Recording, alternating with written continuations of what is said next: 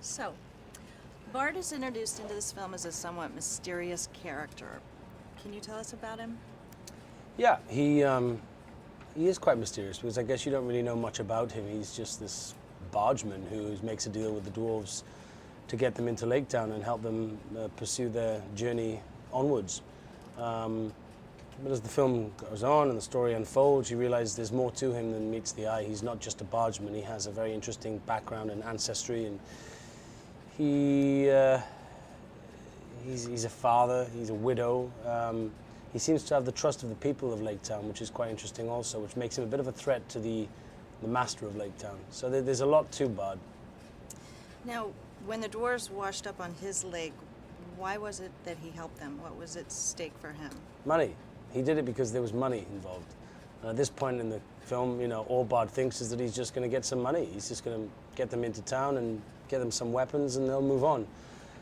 Little does he realize that they're way more trouble than they're worth.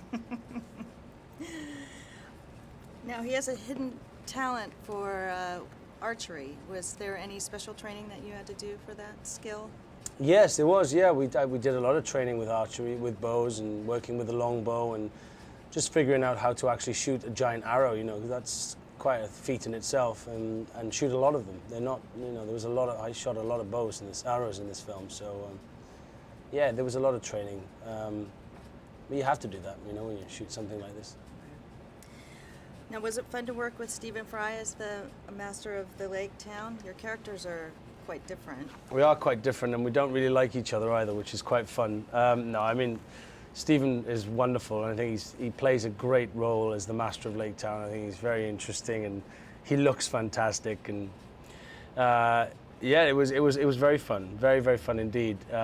Watching two people trying to gain the trust of the people, two men trying to gain the trust of the people, which is quite a feat, and it's quite enjoyable to watch them. They're dynamic with each other, which isn't very nice.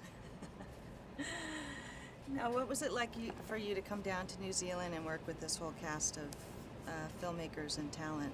It was very refreshing. It was very nice to know that I wasn't going to have to travel for a while and know I was going to be stationed there for quite a long period, the longest period I'd ever worked on any movie before. So yeah, that was really exciting, and quite quickly after you arrive, you just feel very relaxed and you feel part of the family. They don't leave you to just work everything out yourself. They're there to help you settle in and get stuck into the film. There was a lot to do, so it was a wonderful experience, and I've made a lot of friends from it. Oh, that's nice. Now, was there any particular scene that you really enjoyed shooting over the others? Yeah, it's a scene that you won't see until, well, maybe I'll take up a scene in the second film, which I probably loved shooting. I guess the scene which was the slave motion capture scene, which is when I'm in the room with the dwarves, and I wasn't in the room with the dwarves. They were in another set, and I was in the green screen set, and that amazing technology and wizardry that they have out in New Zealand, and they're able to make it look like we're in the same room. I think that was probably an amazing, to see the product of that effort blew me away, because I knew the effort that went into that scene, and to see the final product, which I thought was really impressive. Yeah, that's a really good, memorable scene. That's fantastic.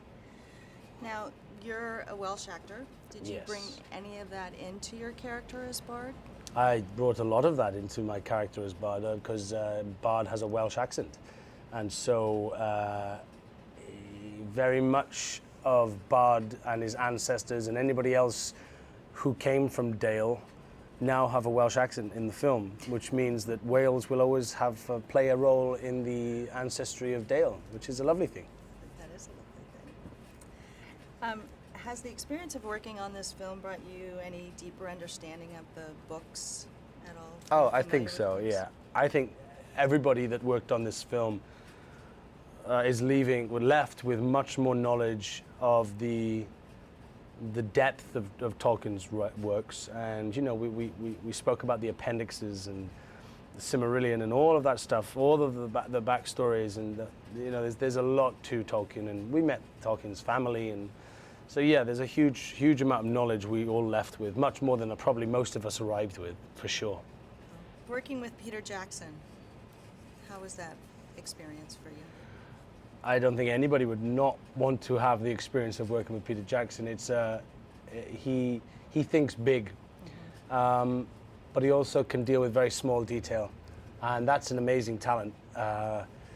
When you watch the film, you'll see how enormous it is, and it's all-consuming. Some of these scenes are just, it takes your breath away. But never once does Peter forget about the actor, and what really matters in the scene is the story and the narrative and the people in it. And that's a lovely thing, that he always has he has an immense amount of respect for the actor, as much as he cares about the huge, picture that the actor is sitting in.